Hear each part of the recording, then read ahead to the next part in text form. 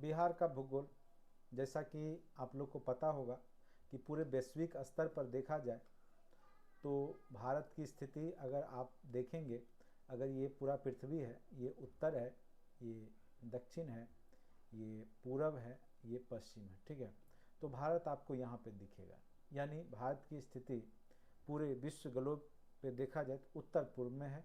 Asia महाद्वीप में देखा जाए तो पूरब दिशा में आपको भारत की स्थिति दिखाई देगी, ठीक है।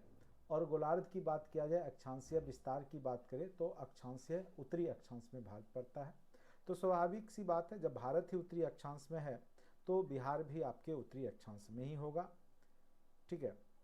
और देशांतरीय विस्तार में देखेंगे तो पूर्वी, चूंकि भारत ही क्या है, पूरे ग्लोब पे पूरब में है, तो पूर्वी गोलार्ध आपका देशांतरीय विस्तार में आपको दिखाई देगा भारत का, और साथ साथ बिहार का, ठीक है।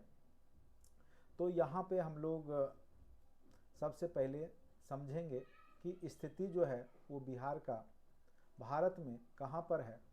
तो भारत का जो ये एरिया वाला पार्ट है, ठीक है, ये जो एरिया है, अगर देखा जाए मैप में, अगर आप बनाइएगा तो ऊपर में क्या होता है, उत्तर होता है, नीचे दक्षिण होता है, पूरब दायां साइड, और बायां साइड क्या होता है, पश्चिम होता है।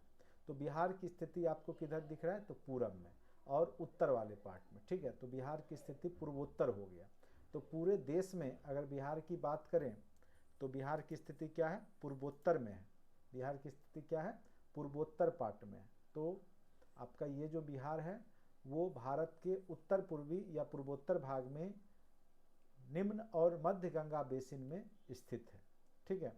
तो चूंकि आपका मेन जो नदी है, भारत की सबसे लंबी नदी गंगा नदी, जो कि 2525 किलोमीटर से बहती है, तो वो बिहार को दो बराबर भागों में लगभग बांटते हुए जाके बांग्लादेश में बंगाल की खाड़ी में गिर जाती है, ठीक है। तो यहाँ पर बिहार की प्रमुख नदी भी आपका क्या हो जाएगा, गंगा नदी ही। जैसा कि आपको पता है कि उत्तर भारत की प्रमुख नदी, सबसे लंबी नदी गंगा, और भारत की पवित्र नदी के रूप में भी जानी जाती है, ठीक है। तो उसी प्रकार से बिहार की भी सबसे लंबी नदी क्या हो जाती है, गंगा नदी ही हो जाती है, जो कि बिहार को दो बराबर भागों में, उत्तर और दक्षिण जो भाग है बिहार का, उसको बांटती है, ठीक है। तो यहाँ पे आप लोग समझ गए होंगे कि स्थिति अगर पूछे बिहार का किधर है, तो भारत के उत्तर पूर्वी भाग में स्थित है, ठीक है। और ये क्या, निम्न और मध्य गंगा बेसिन में अवस्थित है बिहार। चलिए नेक्स्ट पॉइंट पे आते हैं। सबसे पहले हम लोग जानने का प्रयास करेंगे कि इसका विस्तार कितना है, भौगोलिक विस्तार कितना है। तो बिहार का टोटल अगर क्षेत्रफल की बात करें तो इसका क्षेत्रफल कितना है, 94,163 वर्ग किलोमीटर। ये अत्यंत महत्वपूर्ण डाटा, आगे जब हम लोग सेट प्रैक्टिस करेंगे तो वहाँ भी ये सब क्वेश्चन बार बार आएगा, ठीक है। तो 94,163 वर्ग किलोमीटर में आपका बिहार फैला हुआ है। अब देखिए ये टोटल क्षेत्रफल है, लंबाई और चौड़ाई। जैसे अगर देखा जाए ये चौड़ाई है और ये लंबाई है, तो दोनों को मिला करके आपका कितना है, दोनों को गुना करेंगे तो ये क्षेत्रफल हो गया 94,163 वर्ग किलोमीटर, ठीक है। वहीं अगर आप यहाँ पे देखिए लंबाई कितनी है, तो 483 किलोमीटर, 483। कई बार ये क्वेश्चन पूछ देगा कि पूरब से पश्चिम बिहार की लंबाई कितनी है, तो याद रखिएगा पूरब से पश्चिम इसकी लंबाई कितनी है, तो पूरब से पश्चिम इसकी लंबाई टोटल कितनी है, तो याद रखिएगा 483, 483 किलोमीटर। वहीं उत्तर से दक्षिण इसकी लंबाई कितनी है, तो उत्तर से दक्षिण इसकी लंबाई 345 किलोमीटर है, 345, ये तो याद ही रहेगा। जो आपका उत्तर से दक्षिण वाला है 345 याद रखिएगा, 345 यानी 345 किलोमीटर। वहीं आपका पूरब से पश्चिम कितना है, तो 483 किलोमीटर। और पूरे अगर भारत की बात की जाए, पूरे भारत का क्षेत्रफल का अगर बिहार की बात किया जाए तो पूरे भारत का 2.86% में अवस्थित है। बिहार कितना में अवस्थित है, तो 2.86%। ये सब भी क्वेश्चन आपको बार बार एग्जाम में पूछता रहता है। तो पूरे भारत का कितना परसेंट में स्थित है बिहार का क्षेत्रफल, तो 2.86%, यानी भारत के कुल भौगोलिक क्षेत्रफल का बिहार का भाग कितना है, 2.86%, ठीक है। तो यहाँ से भी क्वेश्चन कई बार पूछ दिए जाते हैं, छोटे छोटे क्वेश्चन बार बार आपके एग्जाम में पूछे जाते हैं, इसलिए ज़्यादा परेशान नहीं होना है। क्वेश्चन जो है, जो भी बेसिक क्वेश्चन है वो कॉन्सेप्ट क्लियर करके रखिए, बाकी क्वेश्चन यहीं से आपका जो है एराइज होता है। बिहार स्पेशल में आपको कहीं कोई तरह का दिक्कत नहीं होता है। अब आते हैं बिहार का आयताकार क्या है। तो जैसा कि आपने देखा बिहार का जो आकार कैसा है, तो आयताकार है, लगभग आयत के समान है, लंबाई और चौड़ाई, लंबाई ज़्यादा है, चौड़ाई थोड़ा कम है, तो एक आयताकार कह सकते हैं इसको। ओवरऑल बिहार का जो आकार है वो आयताकार माना गया है। और अक्षांशीय विस्तार की बात करें, अक्षांश आपको पता होगा कि जैसे ये पृथ्वी है, इसको दो बराबर भागों में जो रेखा बांटती है वो भूमध्य रेखा कहलाती है, और उसके उत्तरी और दक्षिण अक्षांश पे जो इसके समरूप, इसके समानांतर जो रेखाएं खींची जाती है उसी को हम लोग अक्षांश रेखा कहते हैं। ठीक है, तो यहाँ पे 0 डिग्री, 1 डिग्री, 2 डिग्री, इसी प्रकार से आपको पता होगा कि एक 23.5 डिग्री अक्षांश को क्या बोलते हैं, कर्क रेखा कहते हैं, जो कि आपके झारखंड से होकर गुजरती है। तो उसी से सटा हुआ झारखंड से ही के ही उत्तर वाले पार्ट में सटा हुआ क्या है, बिहार है। तो बिहार से जो अक्षांश की रेखा की शुरुआत होती है वो 24 डिग्री 20 मिनट 10 सेकेंड ये स्थिति है, ठीक है, से लेकर के कितना है 27 डिग्री 31 मिनट 15 सेकेंड।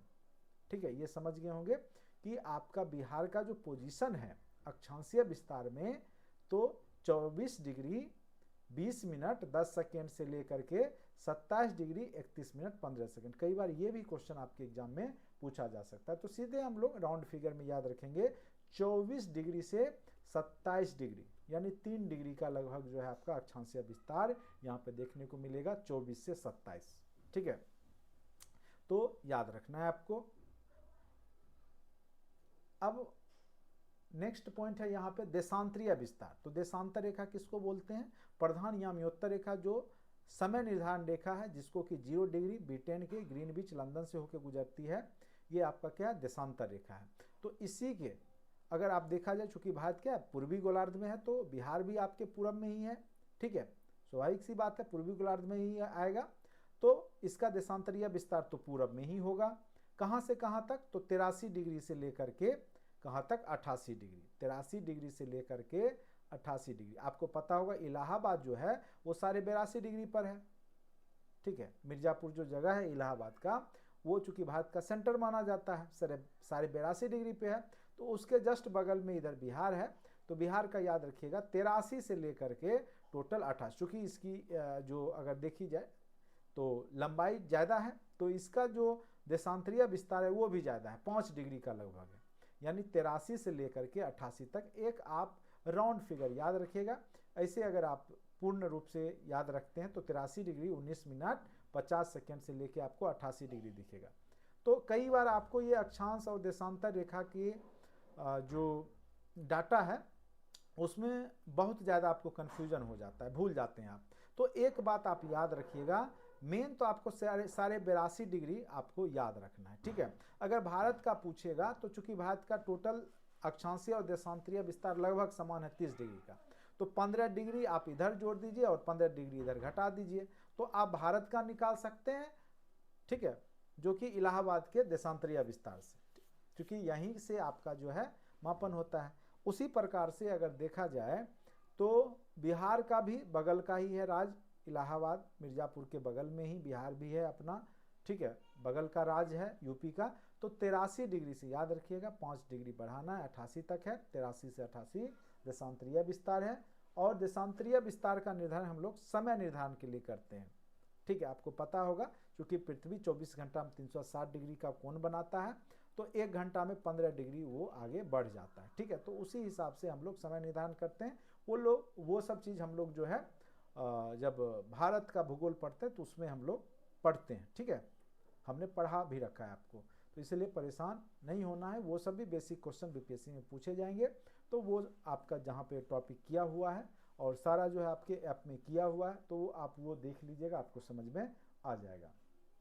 अब देखिए यहाँ पे है समुद्र तल से इसकी ऊंचाई कितनी है। समुद्र तल जो है वहाँ से जो बिहार का जो ऊंचाई है, जो यहाँ के तल का, तो उसकी औसत ऊंचाई जो है 173 फीट है।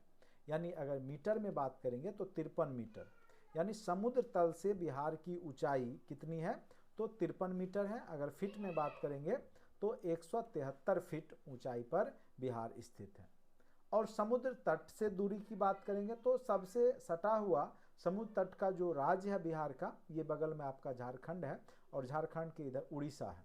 तो उड़ीसा के तटीय भाग से अगर बिहार के जो भाग को देखा जाए तो इसकी दूरी 200 किलोमीटर होती है। तो ये भी क्वेश्चन पूछ देगा कि सबसे नज़दीक जो आपका समुद्र तट है वो कितने किलोमीटर पर है बिहार से, तो वो 200 किलोमीटर अप्रॉक्स ये आपका दूरी पड़ता है। इतने दूरी पर समुद्र तट है बिहार के, ठीक है।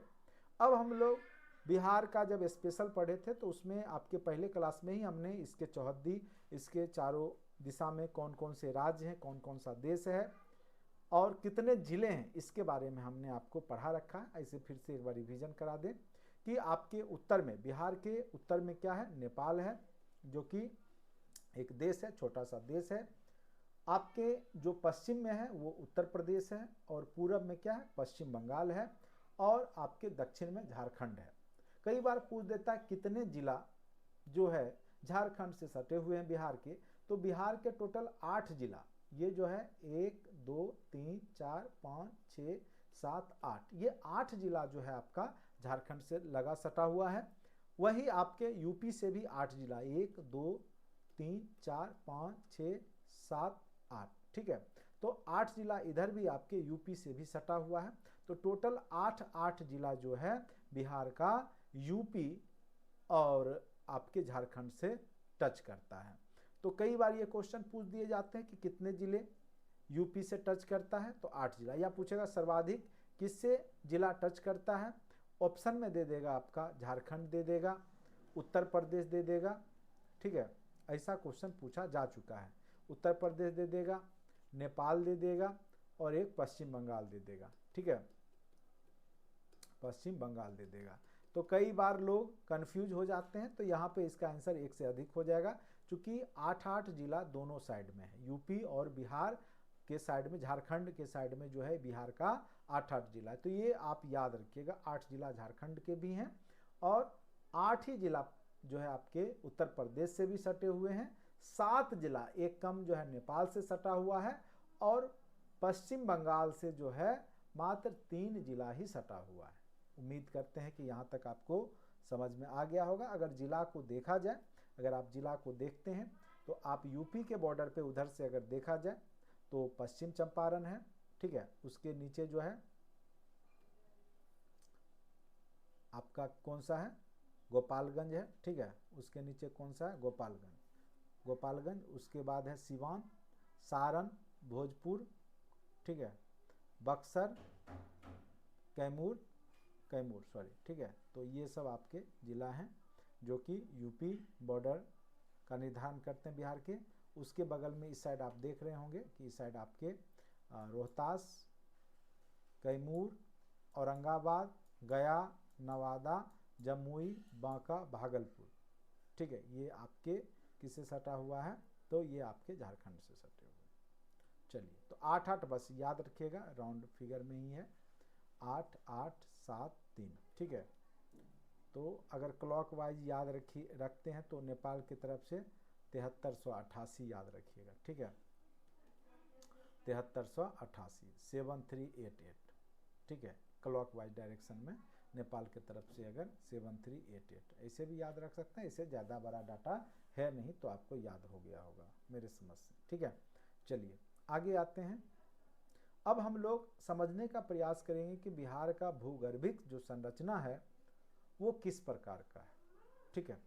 आपको पता होगा इस पृथ्वी का जो निर्माण हुआ है, कहीं ना कहीं कभी ये भी आग का गोला हुआ करता था, चूँकि पृथ्वी को भी माना गया सूर्य का ही पार्ट है, सूर्य का ही कण है, जो कि ठंडा होने के बाद जो है चट्टान बनता है और चट्टान से ही मिट्टी बनती है और फिर धरातल जो आपका पूरे विश्व पृथ्वी का जो धरातलीय पार्ट है उसका निर्माण होता है, ठीक है। तो उसके आधार पे ही हम लोग बिहार की भी स्थिति का अध्ययन करेंगे। बिहार का जो भूगर्भिक संरचना है उसको मेन रूप से 4 भागों में बांटा गया है, ठीक है। अब ये युग के आधार पे होता है, किस युग में किस चट्टान का निर्माण हुआ, तो उसके आधार पर हम लोग उस चट्टान का नाम रख देते हैं, ठीक है। तो सबसे पहले जो युग आया जब इस धरातल पर जीव जगत का निर्माण नहीं हुआ था, यानी पृथ्वी ठंडा ही हो रही थी गर्म तरल लावा से, ठीक है। चूँकि आपको पता है कि भौगोलिक अगर आप पृथ्वी का भूगोल देखा जाए और जो भी भूगोल वेता हैं, जो भी जानकार हैं, वो बताते हैं कि ये भी सूर्य का ही पार्ट था। पृथ्वी भी क्या है, सूर्य का ही पार्ट था, कि ये टूटा हुआ भाग है। जिस प्रकार से अन्य तारे से भी टूटते हैं ग्रह, तो तारे से ही टूट करके, और सूर्य भी एक तारा है, तो पृथ्वी का निर्माण हुआ है। और शुरुआती दौर में ये गर्म तरल पदार्थ का बना हुआ था, जो कि धीरे धीरे ठंडा होने के बाद जो है धरातल चट्टान का निर्माण हुआ। तो उसी के आधार पर आर्कियन युग की संरचना मानी जाती है। तो बिहार का जो एक पार्ट है वो आर्कियन युग का भी है, जो कि खास करके दक्षिणी पठारी का जो सीमांत एरिया है बिहार का, दक्षिण वाला जो पार्ट है, जो छोटा नागपुर से सटा हुआ पार्ट का एरिया है, वो आर्कियन युग की संरचना का माना जाता है। वहीं बिहार का अगर देखा जाए तो बिहार का यहाँ मैप के सहारे हमने आपको बताने का प्रयास किया है। ये वाला जो एरिया है, आप इसको बोल सकते हैं, ये उत्तर वाला पार्ट है, ये दक्षिण वाला पार्ट है, ये पूरब वाला पार्ट है, ये पश्चिम वाला पार्ट है, ठीक है। यानी दक्षिण पश्चिम का जो एरिया है, यानी आप इसको रोहतास और कैमूर मेन रूप से आप देख सकते हैं। रोहतास और कैमूर का जो ये एरिया है, यहाँ पे विंध्यकर्म की चट्टानें हैं, ठीक है। विंध्यकर्म की चट्टानें का फैलाव जो है मध्य प्रदेश से लेकर के विंध्याचल जो मध्य प्रदेश है वहाँ से लेकर यूपी होते हुए बिहार का जो दक्षिण पश्चिम वाला जो एरिया है, दक्षिण पश्चिम इसको बोलेंगे, रोहतास कैमूर तक ये आपका विंध्यकर्म की चट्टानें हैं, ठीक है। विंध्याचल पर्वत जो है उसी की चट्टान यहाँ तक फैली हुई है। और ये वाला जो पोर्शन है दक्षिण का, जो सीमांत पठारी जो पार्ट है, खास करके आप देखेंगे गया, नवादा, मुंगेर, खड़गपुर, ये सब का जो एरिया है वो आपका धारवाड़ कर्म की चट्टानों से बना है। तो आर्कियन युग ही जब अपरदित हुआ तो वहीं से धारवाड़ कर्म की चट्टान का निर्माण हुआ। धारवाड़ एक जिला है कर्नाटक में, जिसके नाम पर, चूंकि वहाँ पर भी इस कर्म की चट्टानें पाई जाती है, धारवाड़ जिला है, तो इसीलिए इस चट्टान का नाम धारवाड़ रख दिया गया है। वास्तव में ये धारवाड़ जिला जो है आपका कर्नाटक में है, और उसी प्रकार की चट्टान यहाँ भी है। और ये आपका जो एरिया है दक्षिण का, जो पठारी एरिया है, वो आपका धारवाड़ कर्म के ही चट्टान से निर्मित है। केवल आपका दक्षिण पश्चिम वाला पार्ट कॉर्नर में जो है वो आपका विंध्यक्रम है। बाकी ये आर्कियन क्रम भी इसको बोलते हैं। ये दो क्रम है, आर्कियन क्रम और एक धारवाड़ क्रम, ठीक है। आर्कियन क्रम ही आगे चलकर अपरदित होकर के धारवाड़ क्रम का निर्माण करता है। मुंगेर कई बार पूछेगा इनमें से कौन से जगह पे धारवाड़ क्रम की चट्टानें पाई जाती है, तो याद रखिएगा मुंगेर, जमुई, नवादा, गया, खड़गपुर की पहाड़ी, राजगीर, बांका, इन सब जिला में जो है वो आपको धारवाड़ कर्म की चट्टानें ही पाई जाती है। तो केवल दो ही आपका रोहतास और कैमूर रहेगा ऑप्शन, किसमें, तो विंध्यक्रम की चट्टानों में। केवल आप विंध्य याद रखिए, बाकी दक्षिण के जितने जिले हैं वो आपके धारवाड़ क्रम में हो जाएंगे। सिंपल सी बात है। केवल आप क्या याद रख लीजिए, रोहतास और कैमूर, वहां पे क्या है, विंध्यक्रम, चूंकि विंध्याचल का ही पार्ट है। और सोन नदी जो है इस एरिया में बहती है, सोनपुर में जाकर के जो मिलती है सोन नदी, आपको पता होगा, डेहरी ऑन सोन वगैरह, तो यहाँ औरंगाबाद, तो यहाँ पर रोहतास कैमूर, तो इस एरिया में आपको क्या होगा, विंध्यक्रम का मिलेगा। बाकी दक्षिण वाले पार्ट के जितने भी जिले हैं उसमें धारवाड़ कर्म की ही चट्टानें हैं।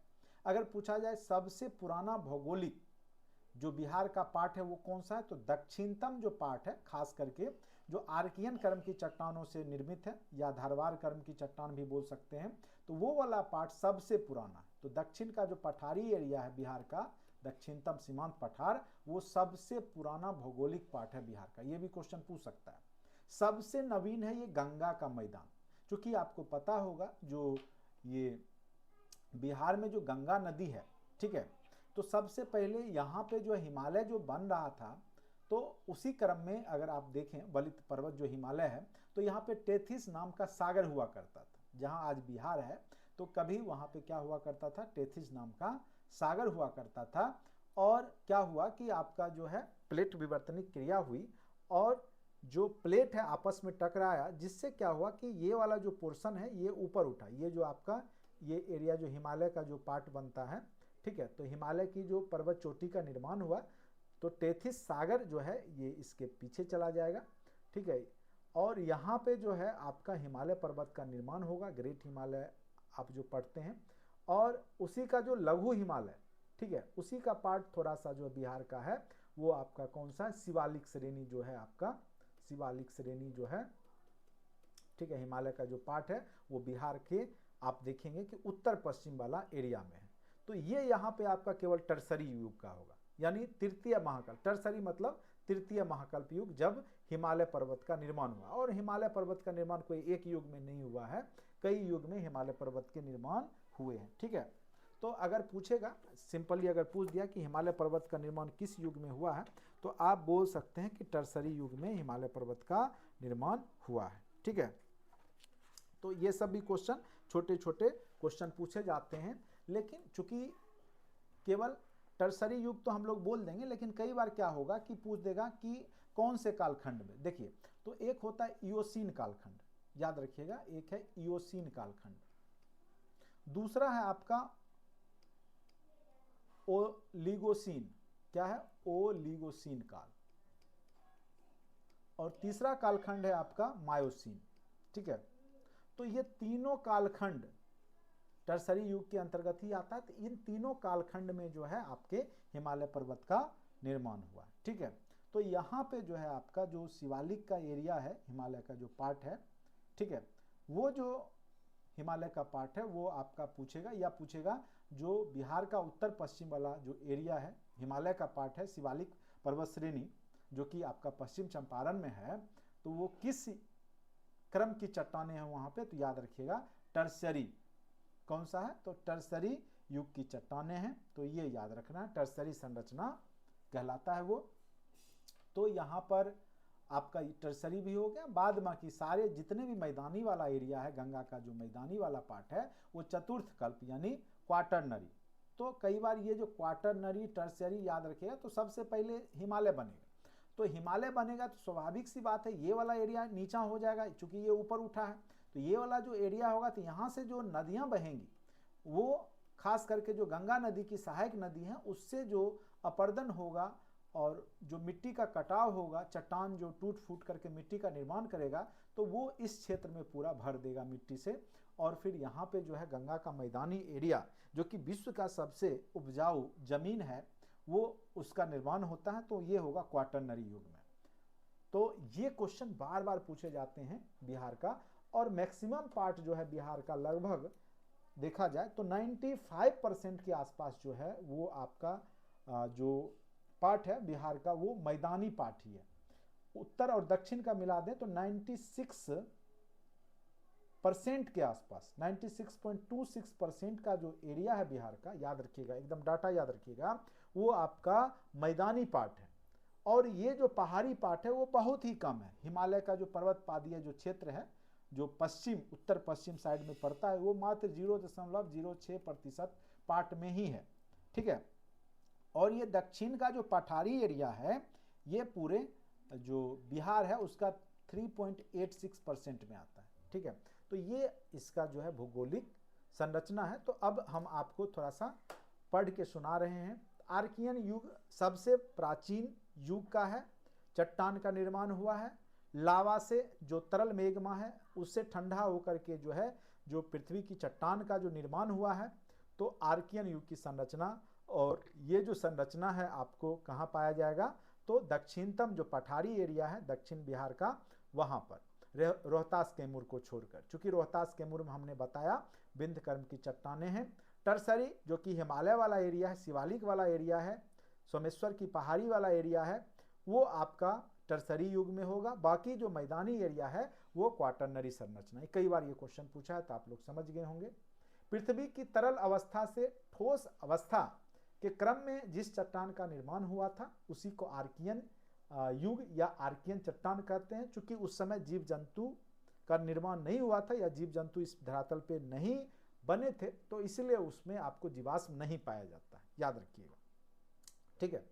और खास करके आपको जो आर्कियन युग के ही अपर्दन, आर्कियन चट्टानें ही अपर्दित होकर के कालक्रम में जो है धारवार क्रम का निर्माण करता है।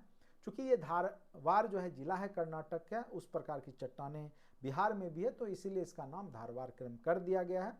मुंगेर, जमुई, नवादा, यानी रोहतास कैमूर को छोड़ करके बाद बाकी अगर जिला का चर्चा करें तो वहाँ धारवाड़ क्रम दक्षिण बिहार।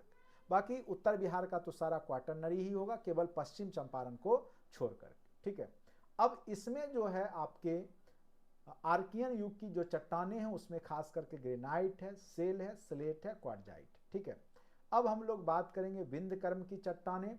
रोहतास कैमूर का पठार, थोड़ा पार्ट औरंगाबाद का भी है। डेहरी ऑन सोन जो जगह है लगभग 1280 वर्ग किलोमीटर में यह फैला हुआ है। खास करके याद रखिएगा चूना पत्थर, चूंकि सीमेंट फैक्ट्री भी आपका इधर ही है।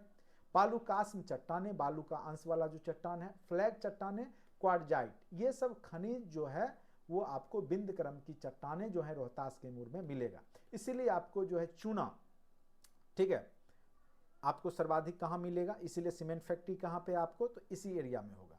और पूरे देश का सबसे ज़्यादा पायराइट जो है बिहार में ही होता है। पायराइट की भी खानें विंध्यकर्म की चट्टानों में ही पाई जाती है। 75% पायराइट जो देश का उत्पादन होता है वो आपके बिहार में ही होता है। ठीक है, अमझोर एक जगह है बंजारी पायराइट के लिए, वहाँ पे अगर देखेंगे तो 60 से 90 सेंटीमीटर मोटा वाला जो है पृथ्वी का जो सतह है उसमें 60 से 90 सेंटीमीटर जो मोटी सतह है उसमें पायराइट पाया जाता है। ठीक है, तो अपने आप में बहुत ज़्यादा मात्रा है। और इसका काम क्या होता है, पायराइट से ही सल्फ्यूरिक अम्ल बनते हैं और सल्फर का बहुत ज़्यादा यूज होता है उद्योग में। ठीक है, तो H2SO4 का जो निर्माण होता है वो पायराइट से ही होता है। तो ये भी पूछेगा कि कहाँ पाए जाते हैं पायराइट। आगे खनिज जब हम लोग पढ़ेंगे तो उसमें पूरा अच्छे से मैं बताऊंगा कि कौन कौन सा खनिज बिहार के किस किस क्षेत्र में पाए जाते हैं। मैक्सिमम तो दक्षिण बिहार के ही जिला में पाए जाते हैं, लेकिन वो मैं फिर आपको अच्छे से समझाऊंगा। अभी फिलहाल आप याद रखिएगा कि पायराइट जो है आपका खास करके विंध्यकर्म की चट्टानें रोहतास कैमूर का जो पठारी एरिया है जो कि पूरा 1280 वर्ग किलोमीटर में फैला हुआ है। यहाँ पे आप देख पा रहे होंगे ये जो रोहतास कैमूर का एरिया है, ठीक है, ये 1280 वर्ग किलोमीटर में टोटल फैला हुआ है। यहीं पे आपको जो है रोहतास कैमूर वाला जो एरिया जो है ये 1280 वर्ग किलोमीटर वाला, इसी में आपको क्या है कि पायराइट भी मिलेगा, विंध्यकर्म की चट्टानें भी मिलेगी। तो उम्मीद करते हैं कि यहाँ तक आपको कोई तरह का दिक्कत नहीं हुआ होगा, आप इजीली समझ गए होंगे। फिर से मैं रिवीजन कराऊंगा। ठीक है, ऊपर में जो आपका पश्चिम चंपारण में है जो हिमालय का पार्ट है वो आपका टर्सरी, चूँकि तृतीय महाकल्प में हिमालय बना है। बाद बाकी क्वाटरनरी जो गंगा का मैदान है क्वाटरनरी युग का है। उससे सबसे पुराना जो है आपका आर्कियन, चूँकि आर्कियन चट्टान से बना है, उसी को अपरदित होकर के धारवाड़ क्रम उसी का पार्ट है, आर्कियन चट्टान का ही है। और एक आपको रोहतास वाला एरिया में विंध्यकर्म हमने बता ही दिया है। ठीक है, चलिए उम्मीद करते हैं कि आपको समझ में भी आ रहा होगा, याद भी हो रहा होगा। टर्सरी संरचना क्या है, तृतीय महाकल्प। तृतीय महाकल्प टर्सरी नाम से ही क्लियर है, तृतीय महाकल्प ये कल्प है, कालखंड है। चूंकि पृथ्वी का निर्माण क्या हुआ कि अरबों वर्ष पहले हुआ है, अरबों वर्ष पहले 5 अरब 6 अरब वर्ष, तो उसमें जो है सब युग चला है। ठीक है, तो उसी महाकल्प युग में ही जब आगे तृतीय महाकल्प है तो उसमें आपका जो टेथिस जहाँ सागर हुआ करता था, आपने भूगोल पढ़ा होगा, तो उसमें विश्व भूगोल में हम लोग पढ़ते हैं कि पूरा जो धरातल का पार्ट था पहले एक ही जगह था जिसको हम लोग पेंजिया कहते थे। ठीक है, पेंजिया कहते थे। आगे चल करके पेंजिया 2 भागों में बट गया। एक हो गया आपका लोरेशिया, ठीक है, जो कि उत्तर वाला पार्ट था, और दक्षिण वाला जो पार्ट था वो गोंडवाना लैंड हो गया। और आपको पता होगा कि भारत का जो दक्षिण वाला पार्ट है वो गोंडवाना लैंड का ही पार्ट है। ठीक है, जब ये गोंडवाना लैंड जब टकराता है इधर लोरेशिया का ये जो पार्ट है इसमें, तो आगे चल करके यहाँ पे जो हिमालय बनता है और फिर यहीं पे जो है धीरे धीरे कालक्रम में जो है मिट्टी अपरदित हो करके नदियों के द्वारा जो नदियाँ बनी उससे जो है गंगा के मैदानी एरिया का निर्माण होता है। ठीक है, तो ये सब घटना जो है हिमालय का जो निर्माण हुआ वो आपका टर्सरी युग में है। तो इसी काल में विश्व की सबसे नवीन मोरदार पर्वत हिमालय का निर्माण हुआ है। यह हिमालय पर्वत श्रेणी का दक्षिण भाग है। स्वाभाविक सी बात है, आप लोग पढ़े होंगे ग्रेट हिमालय सबसे ऊंचा हिमालय होता है। ठीक है, बृहद हिमालय, ग्रेट हिमालय, लघु हिमालय, शिवालिक श्रेणी, ये सब आप लोग पढ़े होंगे। तो ये वाला जो है हिमालय का दक्षिणतम भाग है, जो बिहार में है वो आपका दक्षिणतम भाग है। और ये चंपारण जिला में फैला हुआ है, पूर्वी पश्चिम चंपारण और पूर्वी का भी कुछ पार्ट में, ठीक है। इसकी ऊंचाई लगभग 250 से 800 मीटर के बीच में है, इससे ज़्यादा नहीं है। जो बिहार का जो पर्वतीय क्षेत्र है उसकी ऊंचाई का कितना से कितना है, तो 250 से मात्र 800 मीटर ऊंचाई तक का ही, ठीक है। तो ये भी क्वेश्चन पूछा जा सकता है। क्वाटरनरी संरचना, प्लेस्टोसिन, ये पूछा हुआ है, पिछली बार पूछा था कि जो गंगा का मैदानी एरिया है वो किस काल में बना था, तो वो प्लेस्टोसिन काल में बना था। अंतिम चरण जब शिवालिक जो पर्वत है, हिमालय का जो पार्ट है, उसके बाद क्या हुआ कि बहुत सारे जो नदियां का निर्माण हुआ, चाहे आप गंडक देखिए, बूढ़ी गंडक देखिए, बागमती, कोसी, इन सब नदियों से जो अपरदित मिट्टी आई उससे जो है उत्तर बिहार के मैदानी भाग का निर्माण होता है।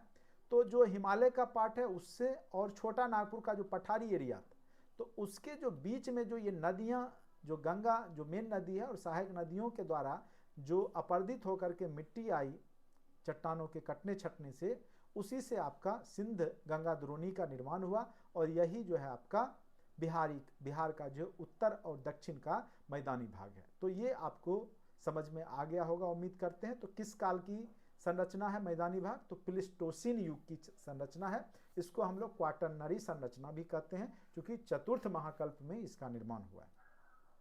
इससे गंगा के मैदान का निर्माण हुआ है और बिहार का कुल क्षेत्रफल का अगर देखा जाए तो 95% भाग जो है क्वाटरनरी संरचना के अंतर्गत ही आता है।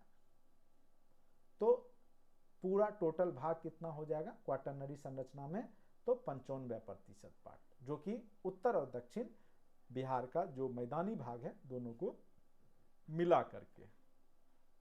और यहाँ पे लिखा हुआ है भूगर्भिक संरचना की दृष्टि से बिहार दक्षिण जो बिहार का जो पार्ट है वो सबसे पुराना है, ठीक है। बिहार का जो दक्षिण वाला पार्ट है वो सबसे पुराना है। उम्मीद करते हैं कि आप लोग को समझ में आ रहा होगा, ठीक है। अब नेक्स्ट पॉइंट पे आते हैं। एक बार आप लोग अच्छे से समझ लीजिएगा तो कभी कोई दिक्कत नहीं होगा, आप भरोसा रखिए, इससे ज़्यादा क्वेश्चन पूछे भी नहीं जाते हैं। और पीडीएफ को हमने आपके व्हाट्सएप ग्रुप में भेज दिया था। अभी मैं कम क्लास ले रहा हूँ, लेकिन जो लोग जुड़ना चाहते हैं जुड़ सकते हैं। आगे दिसंबर से आपका रेगुलर क्लास हो जाएगा। अभी मात्र 599 में ही आपको कंप्लीट कोर्स दिए जा रहे हैं। इसमें पूरा आपका जितना भी सिलेबस है, GK, GS, Bihar special, math, जो भी है, रिकॉर्डेड सेशन, साथ साथ लाइव सेशन भी आपको आगे चल करके मिलेगा। और उम्मीद करते हैं कि जो लोग पढ़े हैं लगभग लोग सक्सेस भी हो गए हैं। जिन लोग का नहीं हो पाया है किसी कारण से, कुछ कमियों के कारण, तो वो निश्चित रूप से तैयारी कर रहे होंगे। धैर्य बनाए रखिए, एक चांस और आपको प्रकृति दे रहा है TRE 4 में, आप उसको जो है यूज कर सकते हैं और सफलता ले सकते हैं। ये अंतिम मौका होगा। अगर इस बार आप सफल नहीं हुए तो फिर आपको जॉब बिहार में खास करके टीचर बनना बहुत ही मुश्किल, या ना का चांस रखिए, ना ही आप बन पाइए, ठीक है। चलिए, अब भौतिक, वो तो था आपका चट्टान के बनावट की दृष्टि से, जो भूगर्भिक चट्टान है उसके हिसाब से ये कल्प का जो हमने बताया। अब हम लोग भौतिक प्राकृतिक बनावट और संरचना के आधार पर देखेंगे। बहुत अच्छे ढंग से हमने इसको खुद से मैप बना करके दर्शाने का प्रयास किया है। ये जो पार्ट है आपका हिमालय का पर्वत पादीय क्षेत्र है, जो आपको पता होगा, जो कि पश्चिम चंपारण, पूर्वी चंपारण का जो पश्चिम वाला जो एरिया है, ठीक है, उत्तर पश्चिम वाला जो एरिया है वो हिमालय का पर्वत पादीय क्षेत्र है। उसके बाद बिहार का जब विशाल मैदान दूसरा पार्ट हो गया तो उसके अंतर्गत हम लोग उत्तर बिहार का जो गंगा नदी के उत्तर साइड है और एक दक्षिण बिहार जो कि गंगा नदी के दक्षिण साइड है, उसके बारे में हम लोग पढ़ेंगे, ठीक है। तो दो पार्ट में उत्तर बिहार का मैदान और दक्षिण बिहार का मैदान जो विशाल मैदान है। उसके बाद तीसरा पार्ट जो हो जाता है वो आपका दक्षिण का सीमांत पठारी पार्ट हो जाएगा, इसके अंतर्गत हम लोग पढ़ेंगे। अब देखिए, अब सबसे पहला पार्ट जो है ये आपका जो उत्तर पश्चिम वाला जो पार्ट है, जो कि हिमालय का पर्वत पादीय क्षेत्र है, उसको हम लोग 3 भागों में बांट करके पढ़ेंगे। एक है सोमेश्वर श्रेणी, ठीक है, जो कि शिवालिक पर्वत श्रेणी का ही पार्ट है। दूसरा है हरहा घाटी, दून घाटी। देखिए, 2 घाटी, देखिए 2 पहाड़ों के बीच में जो घाटी होती है उसको हम लोग दून घाटी कहते हैं। और रामनगर दून की पहाड़ी, ये 3 पार्ट है आपका बिहार का जो पार्ट है हिमालय का, उसमें पर्वत पादीय क्षेत्र में, जो कि शिवालिक हिमालय का पार्ट है, शिवालिक पर्वत पादीय क्षेत्र है। तो जो श्रेणी है बिहार में पर्वत हिमालय का वो सोमेश्वर की श्रेणी है। दून, हरहा घाटी दून और रामनगर दून, 2 दून हैं जो कि हिमालय का ही पार्ट है, जो कि पश्चिम चंपारण में है। ठीक है, ऊंचाई मैक्सिमम 80 से 850 मीटर तक है, जो कि लिखा हुआ किसका, तो ये सोमेश्वर श्रेणी का। और ये ज़्यादा लंबा है, चौड़ा बहुत कम है, 5 से 6 किलोमीटर ही चौड़ा है। और लंबा, इसकी लंबाई अगर देखी जाए तो सोमेश्वर श्रेणी और भिखना ठोरी दर्रा, ठीक है, के बीच में ये आपका 75 किलोमीटर लंबा है, भिखना ठोरी दर्रा है। अब देखिए जब नदियां बहती है तो भ्रंशित होते, तो बीच में दर्रा भी बनाता है। तो दर्रा जो बना है 2 चट्टानों के बीच का जो गैप है, तो भिखना ठोरी दर्रा और सोमेश्वर जो श्रेणी है, ये दोनों के बीच में आपका हिमालय का पर्वत पादीय जो क्षेत्र है, सोमेश्वर की जो श्रेणी है वो त्रिवेणी नहर, जो कि आपको पता होगा गंडक नदी पे बना हुआ त्रिवेणी नहर, उसको लेकर के उसका जो पार्ट है आपका, वो आपका पश्चिमी पार्ट है। और पूर्वी पार्ट भिखना ठोरी दर्रा के बीच आपका कौन सा स्थित है, तो सोमेश्वर श्रेणी स्थित है। चौड़ाई मात्र 5 से 6 किलोमीटर है और लंबाई इसका 75 किलोमीटर है। कहाँ से कहाँ तक फैला हुआ है, तो त्रिवेणी नहर से लेकर के भिखना ठोरी दर्रे तक ये फैला हुआ है। सर्वोच्च चोटी इसमें सोमेश्वर किला है, जो कि 880 मीटर है। सोमेश्वर का जो किला है वो 880 मीटर है, वो सोमेश्वर श्रेणी की सबसे ऊंची चोटी है। VVI यहाँ से क्वेश्चन पूछ सकता है कि सोमेश्वर श्रेणी की सर्वोच्च चोटी कितना मीटर ऊंचा है, तो 880 मीटर। और उसका क्या नाम है, तो सोमेश्वर किला कहते हैं। क्या कहते हैं, सोमेश्वर किला। ठीक है, चलिए समझ गए होंगे। अब अपर्दन से ही दर्रे बनते हैं। दर्रे क्या होते हैं, नदी, अब पहाड़ से अब नदी निकला तो वो क्या करेगा, चट्टान को अपर्दित करेगा, काटेगा। जैसे ये चट्टान है, ये बड़ा चट्टान, अगर नदी आया तो ये बीचों बीच काट देगा, फिर बीच में इसका दर्रा का बन जाएगा। ये नदी इस दर्रे के सहारे आगे बढ़ेगा। ठीक है, अगर आगे चल के नदी सूख जाता है तो ये रास्ता का काम करता है। और बिहार और नेपाल के बीच में जो रास्ता है वो दर्रों के माध्यम से ही है। तो कई सारे दर्रे हैं जो कि बिहार को नेपाल से जोड़ता है। तो उसी में आपका भिखना ठोरी दर्रा, सोमेश्वर दर्रा, मरवात दर्रा, ये दर्रे जो हैं बिहार को नेपाल से जोड़ते हैं, यानी यातायात हेतु मार्ग प्रदान करते हैं। कभी यहाँ से भी नदियाँ बहती होगी, लेकिन समय अंतराल पे नदियाँ सूख गई तो वो दर्रा रह गया और उसी दर्रा का यूज जो है आगे चल करके यातायात के रूप में किया जाने लगा है। तो नदियों के अपर्दन से दर्रे का निर्माण होता है। ठीक है, तो भिखना ठोरी दर्रा जो कि हमने बताया सोमेश्वर श्रेणी के आपके किस एरिया में है, तो पूर्वी पार्ट में है, वहीं पश्चिमी पार्ट में त्रिवेणी नहर है। चलिए अब यहाँ पे हम लोग पढ़ेंगे रामनगर दून। रामनगर दून आप देख रहे होंगे, ये वाला जो एरिया है रामनगर दून का एरिया है, जो कि हरहा नदी घाटी दून और आपके जो सोमेश्वर श्रेणी है उसके बीच में आपका रामनगर दून पड़ता है। तो सोमेश्वर श्रेणी के दक्षिण में, अब देखिए यहाँ पे सोमेश्वर श्रेणी है तो उसके दक्षिण में, ये ऊपर वाला पार्ट उत्तर, नीचे वाला पार्ट दक्षिण में, और सोमेश्वर श्रेणी के दक्षिण में स्थित है।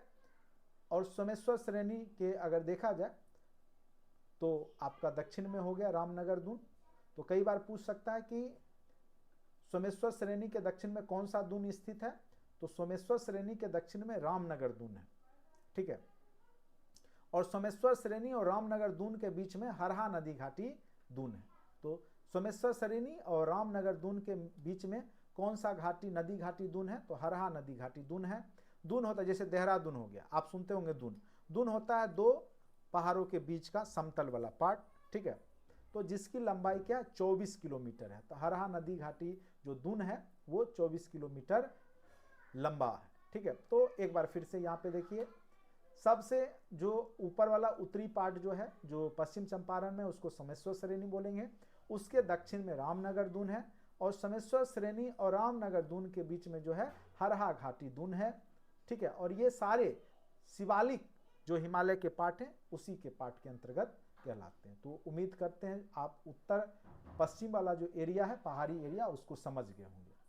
अब समझते हैं उत्तर बिहार का जो मैदानी एरिया है। हमने आपको बताया कि सबसे पहले आपका टर्सरी युग में हिमालय बना होगा, हिमालय का निर्माण हुआ। जो हिमालय बना होगा तो स्वाभाविक सी बात है यहाँ का जब दो प्लेट आपस में टकराया होगा मान के चलिए, ठीक है, तो ये आपका पार्ट उठा होगा तो स्वाभाविक है यहाँ वाला जो पार्ट होगा वो नीचे धंसा होगा। तो बाद में आगे चल करके चूंकि यहाँ ग्लेशियर बन जाएगा ऊंचाई के कारण, बर्फ का निर्माण होगा, तो बर्फ पिघल के नीचे आएगा तो वो नदी का निर्माण करेगा। तो नदी का जब निर्माण होगा उसी के सहारे क्या होगा, जो चट्टान होंगी, जैसे मान के चलिए ये हिमालय बना, ठीक है, तो यहाँ पे अब ग्लेशियर बन जाएगा। चूंकि ऊंचाई वाला पार्ट होगा तो यहाँ पे क्या होगा, बर्फ जम जाएगा, ऊंचाई के कारण जलवाष्प यहाँ संघनित होकर आएगा। जो भी दक्षिण पश्चिम मानसून है वो भी यहाँ पे आएगा, जो वर्षा वाला एरिया, तो ये आपका जम जाएगा बर्फ। अब यहाँ से नदी का निर्माण होगा, तो नदी जब बहेगी तो अपने साथ ये भारी भरकम चट्टानों को भी ले जाएगी शुरुआती दौर में। तो ये जो भारी भरकम जो चट्टानें हैं शुरुआती दौर में, इससे इस धरातल का निर्माण होगा। फिर धीरे धीरे छोटे चट्टान आएंगे, ठीक है, और धीरे धीरे फिर बालू के कण के तरह के चट्टान आएंगे, जिससे कि मिट्टी का आगे चल करके निर्माण होगा। तो इस प्रकार से भूमि का स्ट्रक्चर भी बनेगा। तो जो ऊपर वाला जो ये तो आपने पढ़ लिया, हिमालय का जो पर्वतीय क्षेत्र होगा वो हो गया ऊंचाई वाला। उसके जो नीचे होगा वो भांवर कहलाएगा। क्या कहलाएगा, भांवर। अब भांवर में क्या होता है कि नदी विलुप्त हो जाती है, चूंकि यहाँ पे गैप बीच में रहता है, तो नदियाँ बीचों बीच नीचे से निकल रही है, वर्षा का पानी या कुछ भी, तो ये चूंकि गैप बहुत ज़्यादा है तो ये चट्टानों के बीच से होकर के निकल जाती है भांवर।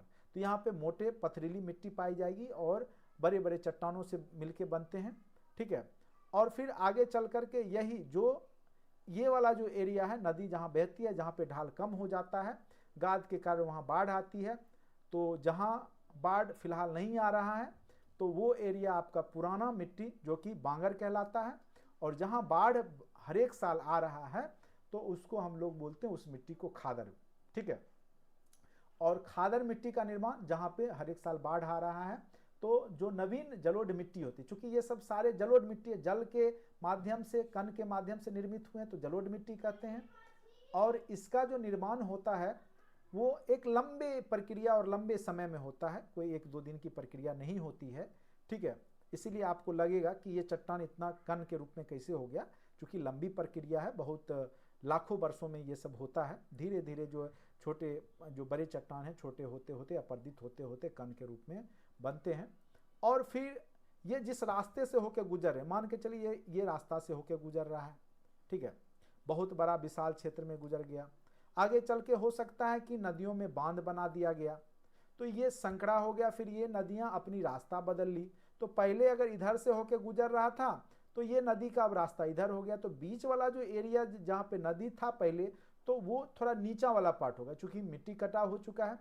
तो वो एरिया मन, या हम लोग देहाती भाषा मोइन कहते हैं, ठीक है, इसको मन कहा जाता है, या इसी को चौर भी कहते हैं, चौर चांचर वाला जो क्षेत्र कहते हैं, जहाँ वर्षा में पानी लग जाता है, इसलिए लग जाता है चौर में, क्योंकि ये नीचा वाला एरिया, कभी वहाँ से नदी गुजरता होगा, लेकिन समय अंतराल पे क्या हुआ कि वो रास्ता परिवर्तित हो गया, लेकिन वहाँ की जो मिट्टी वो नीचे, तो बरसात के मौसम में वहाँ पानी लग जाता है। जैसे आपका कांवर झील है बेगूसराय का, ठीक है, जो कि गोखुर झील है। गोखुर झील गो के खुर के समान होता है, यानी मान के चले पहले ऐसे नदी जा रहा है, अब फिर क्या हुआ कि वो नदी अपना ये मेन रास्ता बूढ़ी गंडक नदी आ गई, तो ये वाला जो एरिया पहले होके ऐसे करके जो जाता था, बीच वाला जो एरिया था वो अब क्या होगा, वहाँ नदी नहीं है, लेकिन वो नीचा वाला पार्ट है, तो बरसात के मौसम में पानी जमा हो जाता है। तो चूंकि स्थिर पानी है, एक लिमिट एरिया में फैला हुआ है, तो उसको झील बोल देते हैं, तो गोखुर झील हो गया। तो कांवर झील एक प्रकार का जो गोखुर झील है, वो सब भी, उसका भी निर्माण जो होता है वो आपको उत्तर बिहार के मैदानी एरिया में देखने को मिलेगा, ठीक है। तो यहाँ पर जो है हम लोग भाबर को समझ गए। खास करके ये ऊपर वाला जो एरिया होगा, जो हिमालय का पर्वत पादीय जो तराई वाला क्षेत्र है, उसी एरिया में आपको मिलेगा। एक थोड़ा सा मैं आपको दिखाने का प्रयास करता हूं, एक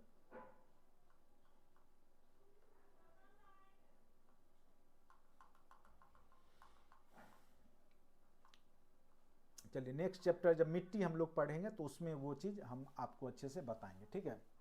तो भाबर या उपतराई वाला जो एरिया है बिहार का खास करके जो नेपाल से सटा हुआ जो सब जिला है, ये वाला एरिया, ये अगर मैप में देखें ये वाला जो एरिया है, ये वाला पूरा एरिया, ठीक है। तो ये वाला एरिया में आपको तराई वाला मिट्टी मिलेगा, पर्वत पादीय तराई मिट्टी, थोड़ा दलदली मिट्टी होगा, चूँकि वर्षा ज़्यादा होगा तो मिट्टी में जो आर्द्रता ज़्यादा होगी तो नमी ज़्यादा होगा, ठीक है। तो और हमने बताया जो चट्टान है धीरे धीरे पतले हुए हैं, तो यहाँ पे आपको जो ऊंचाई वाला एरिया है वहाँ भाबर या उपतराई क्षेत्र मिलेगा। किशनगंज, अररिया, सुपौल, मधुबनी, सीतामढ़ी, पूर्वी चंपारण और पश्चिम चंपारण जो 7 जिले हैं नेपाल से सटे हुए, टोटल 7 ही जिले हैं नेपाल से सटे हुए, उसमें आपको भाबर या उपतराई मिट्टी का पतला कह सकते हैं, ज़्यादा लंबाई में नहीं है, ठीक है, लंबा तो है, चौड़ाई में कम है, ठीक है। तो चौड़ाई कम ही चौड़ाई में 8 किलोमीटर का लगभग पट्टी है, वो आपको उपतराई का क्षेत्र है। बांगर, पुरानी जलोढ़ मिट्टी को हम लोग बांगर मिट्टी भी कहते हैं, और इसमें जो है कंकर पत्थर की अधिकता आपको बांगर में मिलेगी। कैल्शियम कार्बोनेट की मात्रा होती है इसमें। खादर भूमि, नवीन जलोढ़ मिट्टी, जब मिट्टी हम लोग पढ़ेंगे फिर ये सब चर्चा करेंगे अच्छे से। नवीन जलोढ़ मिट्टी को ही खादर बोलते हैं, खाद का काम करता है वो। उसमें आप अगर यूरिया पोटाश जो भी है नहीं भी डालिएगा तब भी आपका उपजाऊ मिट्टी होती है, बहुत ज़्यादा उपजता है। केवल आप बीज बो दीजिए, आपका जो है फसल बहुत अच्छा होता है, खास करके दीरा वाला एरिया जो होता है। बालू, रेत, चिकनी, गोखुर झील, दियरा जिसको हम लोग बोलते हैं, हिंदी में दियरा बोलते हैं, इसे देहाती भाषा में हम लोग दीरा बोलते हैं, ठीक है। तो दियरा का जो है वो नवीन जलोढ़ मिट्टी होता है, नदियों के माध्यम से हर एक वर्ष जब बाढ़ आती है, पानी बढ़ता है तो वो जमा हो जाता है, तो वो बहुत ज़्यादा उपजाऊ मिट्टी होती है, खादर। चौर, मन, गोखुर झीलें, जब नदी अपनी रास्ता परिवर्तित करती है तो जो कटाव हो चुका होता है नदियों के माध्यम से, तो वहाँ पे हर एक वर्ष पानी जमा हो जाता है। वही सब एरिया को किसी एरिया में चौर कहा जाएगा, किसी में मौन कहा जाएगा, किसी में हिंदी में उसको गोखुर झील भी हम लोग कहते हैं, कई जगह छारन झील भी लिखा रहता है। इसमें खास करके मत्स्य पालन का काम होता है, चूँकि नीचा है पानी जमा रहता है तो लोग मछली पाल लेते हैं। उसके बाद पक्षी विहार, वेटलैंड्स आपको यहाँ पे ज़्यादा दिखाई देगा, चूँकि जैव विविधता वाला केंद्र हो जाता है, पानी अवेलेबल। जो बेगूसराय का जो कांवर झील है वहाँ पे साइबेरियन पक्षी भी आती है, साइबेरिया से, रूस से, ठीक है। नागी नकटी अभी जो आपका पक्षी अभ्यारण्य है जमुई में, तो ये सब वेटलैंड्स हैं और यहाँ पे बहुत ज़्यादा जैव विविधता होता है। और इस क्षेत्र में आपको पर्यटन का भी बहुत ज़्यादा आपको विकास देखने को मिलेगा, साथ साथ मखाना उद्योग। और आपको पता होगा मधुबनी, दरभंगा का जो जीआई टैग दिया गया मखाना को वैश्विक स्तर पे, और साथ साथ भारत में भी इसकी पहचान मिला है। पूरे देश का लगभग 90% मखाना का उत्पादन जो है आपका बिहार में ही, और वो भी इसी क्षेत्र में होता है, ठीक है, उत्तर बिहार में ही होता है। तो उम्मीद करते हैं यहाँ से क्वेश्चन पूछेगा तो आप लोग निश्चित रूप से बना लीजिएगा। अब दक्षिण बिहार का जो मैदानी वाला जो पार्ट है उसको आप लोग नदी के माध्यम से बांट सकते हैं, क्योंकि दक्षिण बिहार में भी बहुत सारी नदियाँ हैं। तो जैसे मान के चलिए, ये हम बिहार का नक्शा थोड़ा सा बना करके आपको समझाने का प्रयास करते हैं।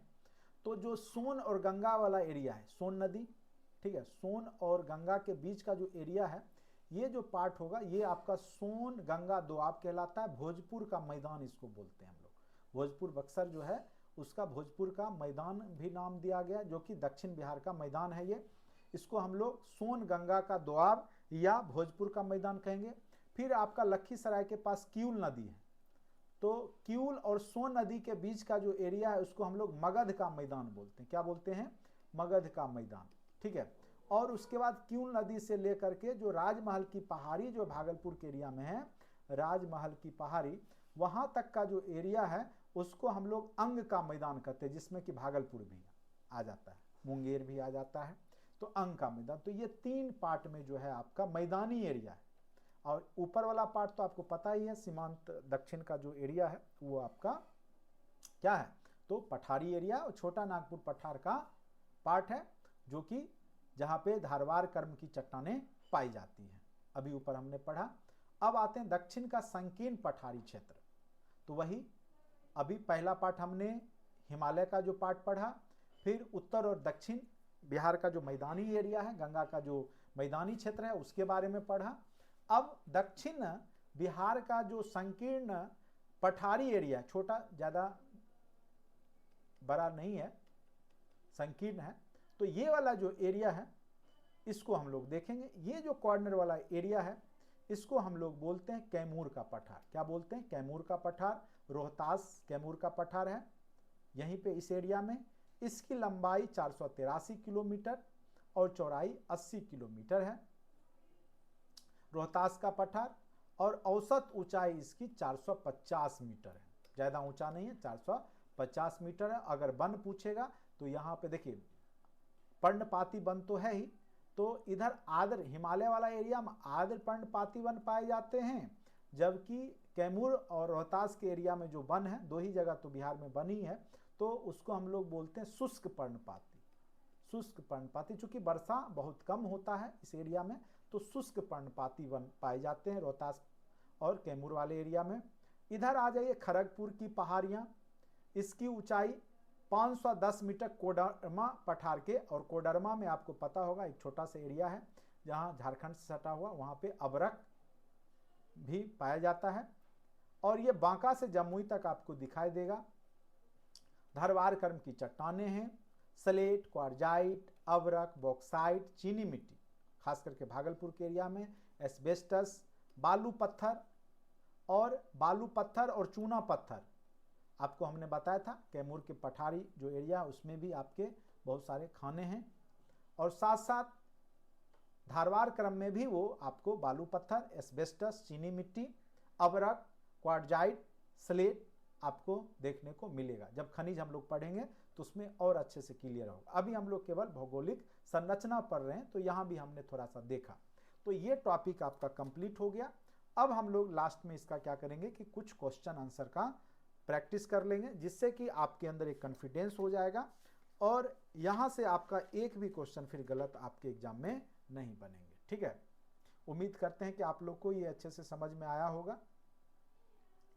अभी लगातार मैं बिहार स्पेशल का क्लास बीच बीच में लेकर के आपका बिहार को जो है भूगोल, हिस्ट्री, पॉलिटी, बहुत छोटा टॉपिक है, ज़्यादा बड़ा नहीं है।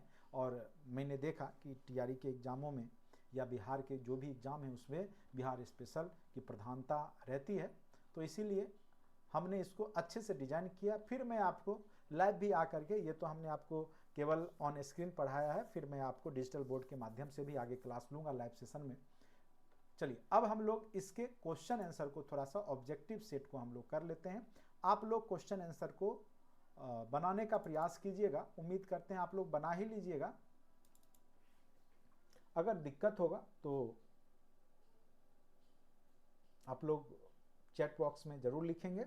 बाकी मेरा प्रयास होगा कि आप बेहतर करें अपने एग्ज़ाम में और मेरे तरफ से बेहतर आपको करवाने का प्रयास किया जा रहा है। चलिए सबसे पहला क्वेश्चन है, इसका आंसर अगर आप लोग बता सकते हैं तो बताइए, बिहार का भौगोलिक क्षेत्रफल कुल कितना किलोमीटर में फैला हुआ है? ठीक है, चलिए ऑप्शन दीजिए आप लोग। सी, चलिए सी दिया गया है आप लोग के द्वारा ही। चलिए आप लोग देते रहिएगा, मैं आपको पूरा स्क्रीन इसके सामने रख रहा हूं, आप लोग आंसर सही लगाते रहिएगा। जो भी सही आंसर होगा मैं भी आपको बताता रहूँगा। चलिए सबसे पहला क्वेश्चन है, टोटल 30 क्वेश्चन हम लोग अभी करेंगे। बिहार का कुल भौगोलिक क्षेत्रफल हमने बताया 94,163 वर्ग किलोमीटर। इसका आंसर क्या हो जाएगा आपका? 94,163 वर्ग किलोमीटर। ठीक है, एक सेकेंड, थोड़ा सा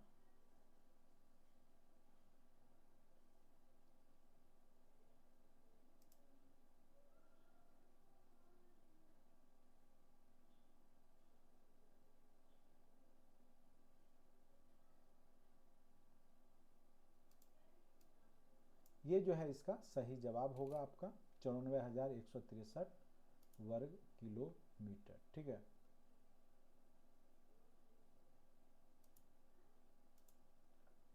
चौरानवे 1,163 वर्ग किलोमीटर। ठीक है, चलिए नेक्स्ट क्वेश्चन पे आएंगे।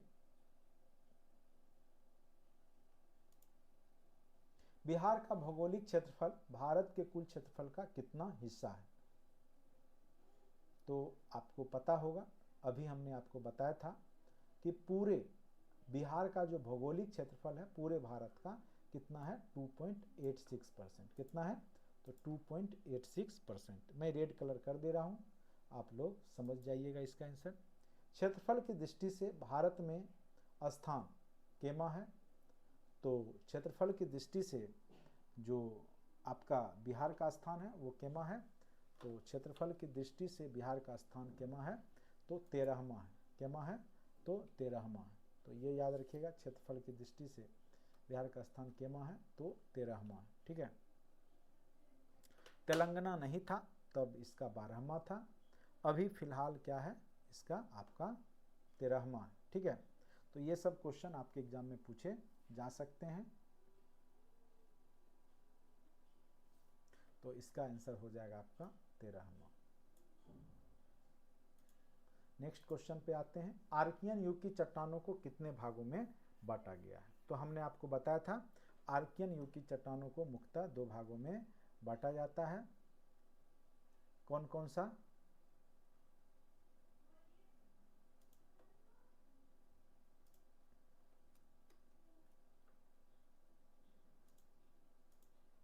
चलिए ऐसे ही मैं बता दूं, तो एक धारवार कर्व, एक आर्कियन चट्टानें, तो 2 भागों में आर्कियन युग की चट्टानों को बांटा जाता है। नेक्स्ट, धारवार सेल समूह में पाई जाती है, तो धारवार समूह में कौन सी चट्टानें पाई जाती है? खनिज चट्टानें, अखनिज चट्टानें, बिंद समूह की चट्टानें, आधुनिक युग की चट्टानें। तो धारवार सेल समूह में आपको हमने बताया बहुत सारे खनिज चट्टानें पाई जाती है, खास करके उसमें आपको जो है जैसे क्वार्टजाइट हो गया, चूना पत्थर भी कुछ पाया जाता है, लेकिन मैक्सिमम चूना पत्थर आपको जो है कैमूर रोहतास के एरिया में है। एस्बेस्टस इसमें पाया जाएगा आपको धारवार कर्व में। थोड़ा बहुत एरिया में अबरक भी आपको देखने को मिलेगा, स्लेट मिलेगा। ठीक है, उसके बाद आपका चीनी मिट्टी मिलेगा। तो ये सब आपको धारवार सेल में पाया जाता है। धारवार समूह की चट्टानें बिहार के किन जिलों में मिलती है? अभी हमने बताया। और इस तरह का जब भी क्वेश्चन हो तो इसमें कोई एक जिला नहीं है, इसका आंसर आपको सारा हो जाता है उपरोक्त सभी। मुंगेर में भी है, जमुई में भी है, नवादा में भी है, तो इसका उपरोक्त आंसर क्या हो जाएगा? उपरोक्त सभी। ठीक है, नेक्स्ट क्वेश्चन पे आते हैं। बिहार के किन जिलों में आर्कियन कर्म की चट्टानें पाई जाती है? तो अभी तुरंत हमने बताया धारवार कर्म और आर्कियन कर्म, ये सभी हो जाएंगे। गया में, मुंगेर में, शेखपुरा, उपरोक्त सभी। तो 7 का आंसर क्या हो जाएगा? उपरोक्त सभी। ठीक है, सेमरी कर्म की चट्टानें याद रखिएगा। सेमरी कर्म की जो चट्टानें हैं वो रोहतास में आपको देखने को मिलेगा। तो ये क्वेश्चन आप याद रखेंगे, ऑब्जेक्टिव में आपको देखने को मिला है। सेमरी कर्म की चट्टानें कहाँ देखने को मिलेगा? तो आपको रोहतास वाला जो एरिया है उसमें आपको सेमरी कर्म की चट्टानें देखने को मिलेगी, जो कि बिंद समूह है उसमें ये आपको दिखेगा, खास करके रोहतास और कैमूर वाले एरिया में। ठीक है, और ये जो है आपका प्री कैम्ब्रियन काल से संबंधित है, याद रखिएगा। रोहतास, इसका आंसर क्या हो जाएगा आपका? रोहतास। नेक्स्ट क्वेश्चन पे आते हैं। हिमालय पर्वत का निर्माण संपन्न हुआ था, तो हिमालय पर्वत का जो निर्माण है वो कब संपन्न हुआ था? तो हमने बताया था उसमें 3 युग लगे थे, इयोसीन काल, एलिगोसीन काल, मायोसीन काल। तीनों युग मिला करके आपका टर्सरी युग जो है वो कहलाता है। तो टर्सरी युग में ही जो है हिमालय पर्वत का निर्माण हुआ है। तो इसका आंसर क्या हो जाएगा? उपरोक्त सभी। क्या हो जाएगा आंसर इसका? उपरोक्त सभी। नेक्स्ट क्वेश्चन पे आते हैं। हिमालय के दूसरे एवं तीसरे उत्थान के क्रम में बिहार के किन क्षेत्रों का निर्माण हुआ है? तो स्वाभाविक सी बात है, दूसरा तीसरा में आपका जो हिमालय का पार्ट है बिहार में वो शिवालिक है, बाकी तो क्वाटरनरी में था, मैदानी एरिया। तो इसलिए इसका आंसर क्या हो जाएगा आपका? शिवालिक श्रेणी। उम्मीद करते हैं कि आप लोग को कहीं कोई तरह का दिक्कत नहीं हो रहा होगा। दूसरे और तीसरे उत्थान के क्रम में बिहार के किन क्षेत्रों का निर्माण हुआ? तो शिवालिक। नेक्स्ट, बिहार का कौन सा भाग सबसे पुराना? अभी तुरंत हमने बताया था जो बिहार का दक्षिण वाला एरिया है वो सबसे पुराना है। उच्चावास की दृष्टि से बिहार की भूमि को बांटा जा सकता है।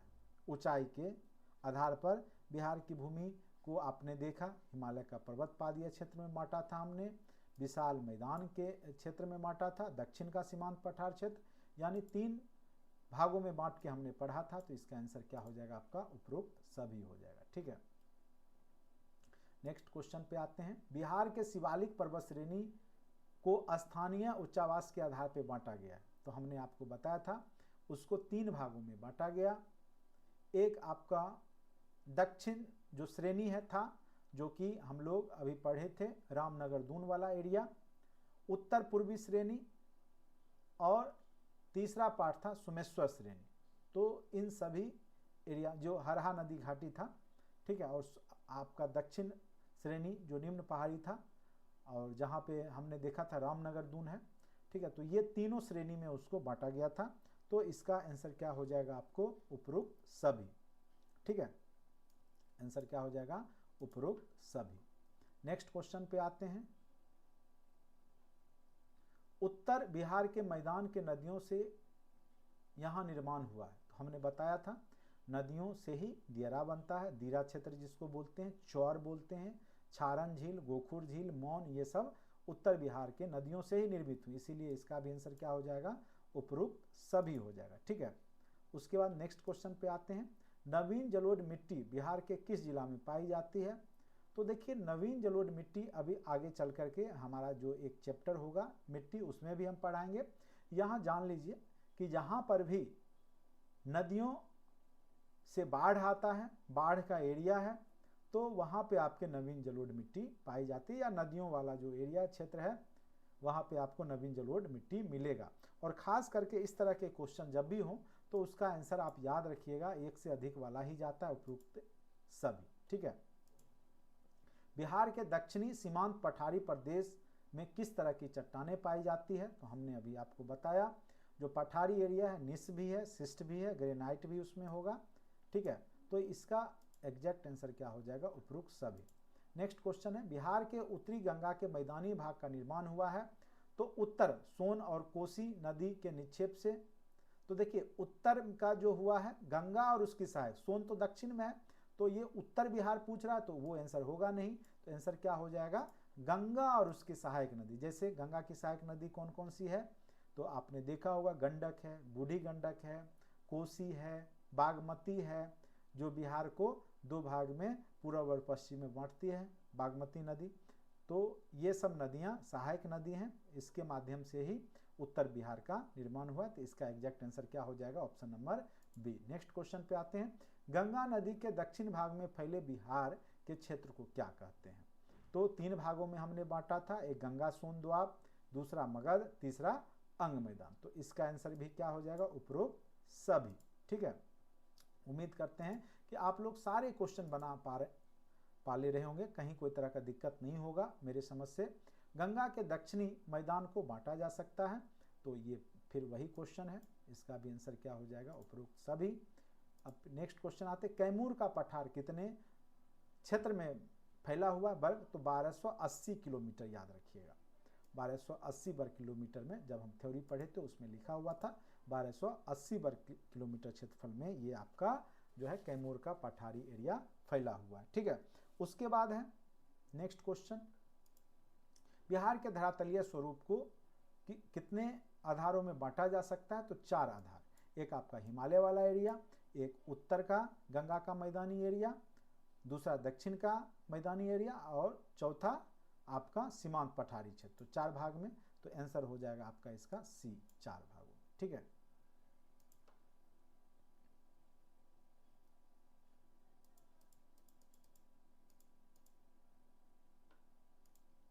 बिहार के उत्तर पश्चिम भाग में स्थित शिवालिक श्रेणी की पहाड़ी का निर्माण किस काल में हुआ है?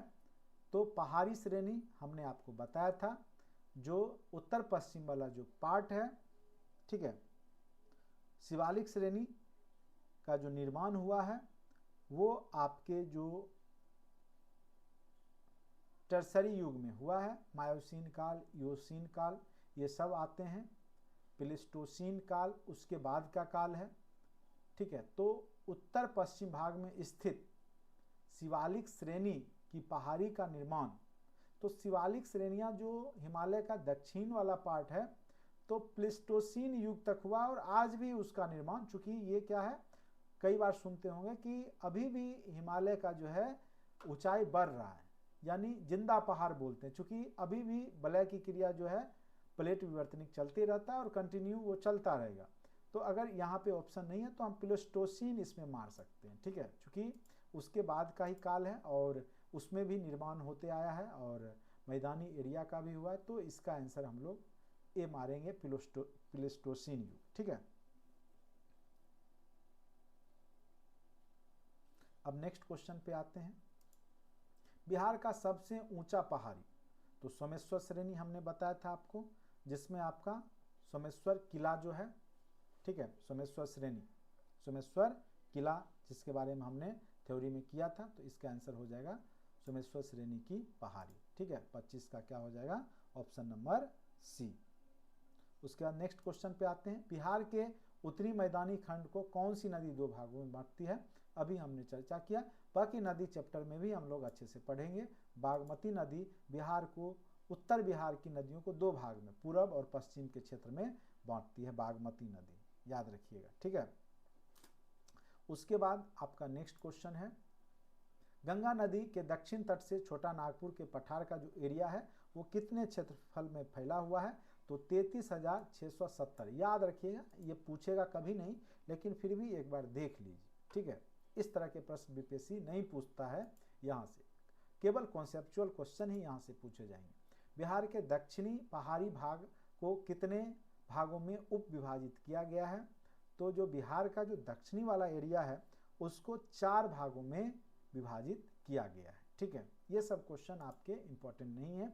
भूगर्भिक काल में गंगा का मैदान सागर था, उस सागर का क्या नाम था, ये क्वेश्चन पूछ सकता है।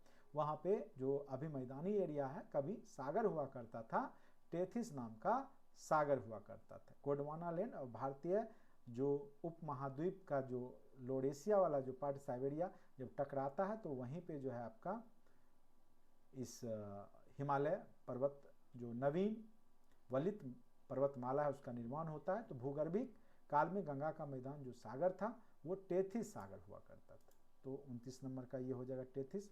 अब लास्ट क्वेश्चन है 30। पश्चिम चंपारण जिला के शिवालिक पहाड़ी में किस चट्टान की प्रधानता है, तो याद रखेंगे जो शिवालिक श्रेणी है पश्चिम चंपारण में, वहाँ पे जो चट्टानें हैं, ठीक है, वो आपका ना ही पताली है ना ही आग्नेय है, वो आपके रवादार परतदार चट्टानें हैं। तो याद रखिएगा परतदार चट्टान है, ठीक है। तो कुल मिलाकर के 30 क्वेश्चन हमने जो आपके थ्योरी आज पढ़ाए उस पे आधारित था। उम्मीद करते हैं कि आपको समझ में अच्छे से आ गया होगा। और इसके बाद का जो नेक्स्ट हम आपके बिहार की जलवायु, बिहार की मिट्टी, बिहार का कृषि क्षेत्र, जोन, ये सब जो पढ़ाएंगे वो अत्यंत महत्वपूर्ण सेक्शन होगा ज्योग्राफी का, और वहाँ से बहुत ज़्यादा क्वेश्चन आपके एग्जाम में पूछे जाएंगे, जो कि आपको हमने ग्रुप में नोट्स भेज दिया है। जलवायु और मृदा, आप एक बार इसको रीड कीजिएगा, ठीक है। ये पूरा बहुत ही ढंग से इसमें हमने आपको बताया हुआ है, अच्छे से अगर आप देखेंगे, ठीक है। तो जलवायु मृदा चैप्टर होगा, किस प्रकार की जलवायु कहाँ पे है और क्या क्या महत्वपूर्ण विशेषताएं हैं, इसको लेकर के पूरा नेक्स्ट वीडियो में आपके बीच में लाऊंगा। और निश्चित रूप से आपके एग्ज़ाम के लिए वो क्या हो जाएगा, महत्वपूर्ण हो जाएगा। अगर आपको वीडियो अच्छा लगता है तो ज़रूर लाइक कीजिए चैनल को और दोस्तों के बीच में शेयर भी कीजिए। अगर कोर्स से जुड़ना चाहते हैं तो अभी बहुत ही कम कॉस्ट, मात्र 599 में आपको कोर्स से जोड़ा जा रहा है, जो कि आपके लिए ये वरदान साबित होगा निश्चित रूप से। और इससे बाहर कोई भी क्वेश्चन आपके एग्जाम में, खास करके अभी जो मैं पढ़ा रहा हूँ बिहार स्पेशल का, तो बिहार स्पेशल के क्वेश्चन एक भी इससे बाहर नहीं पूछे गए हैं, ना ही पूछे जाएंगे, इस बात की फुल गारंटी है। क्योंकि ये जितना भी डिजाइन किया गया है बहुत ही सोच समझ करके और उन्हीं महत्वपूर्ण तथ्यों को ही आपके बीच में हम लाने का प्रयास, जैसे ये क्वेश्चन है ये आपके बार बार एग्जाम में पूछे जाते हैं, उन्हीं तथ्य को हमने लिया और ज़्यादा लेंदी नहीं बनाने का प्रयास किया गया है, बल्कि जो आपके एग्जाम में पूछे जा सकते हैं, ठीक है, उतना ही क्वेश्चन को यहाँ पे करवाया गया। विशेषता इस क्लास का यही है कि उतने ही चीज़, अगर आप बुक पढ़ते हैं तो बहुत ज़्यादा उसमें डाटा रहता है जो कि आपको कन्फ्यूजन भरा रहता है, ठीक है, जो कि हमने आपको दूर करने का प्रयास किया है। TRE 1, TRE 2, TRE 3, अब TRE 4 की तैयारी भी आप लोग को करवा रहा हूँ। साथ साथ जो लोग कमीशन का मेंस की तैयारी करेंगे उनके लिए 70वीं का जो बैच है वो आफ्टर एग्जाम दिसंबर में मेरे द्वारा स्टार्ट किया जाएगा। चलिए फिलहाल इस वीडियो लेक्चर में इतना ही, धन्यवाद।